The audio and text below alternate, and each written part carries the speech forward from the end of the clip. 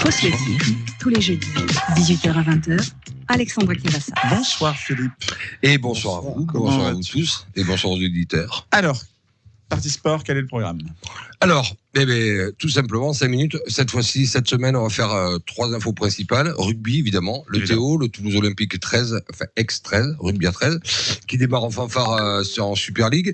Et le tournoi Destination qui sourit aux Français. Mais on ne peut pas ne pas commencer même par les JO de Cortina, Milan-Cortina, qui se sont terminés sur un bouquet final assez exceptionnel.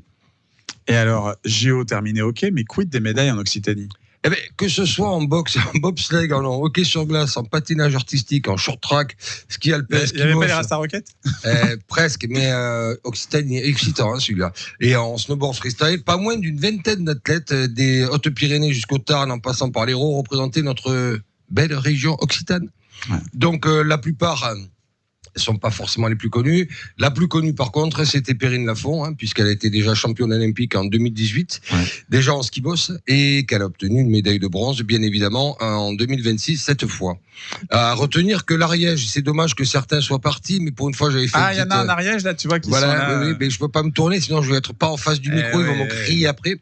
Et surtout qu'ils gueulent du fait que t'es pas en face du micro, alors que t'es complètement en face du micro. Je peux pas faire mieux. Peut-être penser à changer les micros. Voilà, peut-être. Pas au hasard. La plus connue, donc je disais, c'était Perrine Lafont. Ceci dit, à retenir que l'Ariège est un des départements français au ratio nombre de médailles, nombre de participants représentés honorable avec 50%, puisqu'avec Perrine Lafont de Lavelanet et concourait Enzo Valax, qui est licencié au snowboard club Axe 3 Domaine, donc d'Ariège.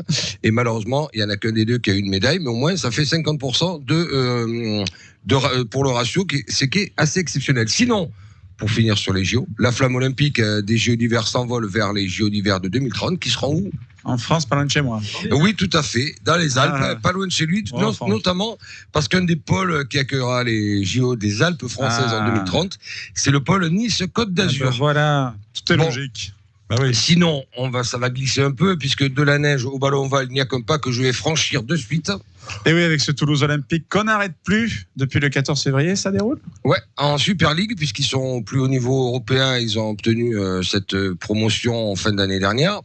Eh bien oui, Alexandre, je vois d'abord que mes contributions radiophoniques sur Faut se le dire portent ses fruits, puisque tu t'as rappelé du club. Ouais. Mais ils ont débuté par 2 victoires, une à l'extérieur, une à la maison à Ernest Vallon.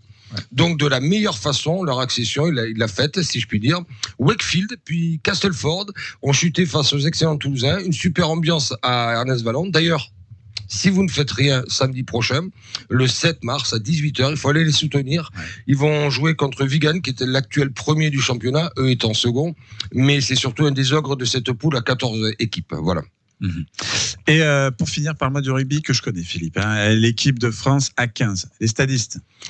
Tout va pour le mieux pour Antoine Dupont et sa bande. 3 matchs, 3 victoires. Mais comme le souligne Fabien Galtier, le sélectionneur, c'est le momentum n'est pas à l'enflammade. Alors pourquoi ?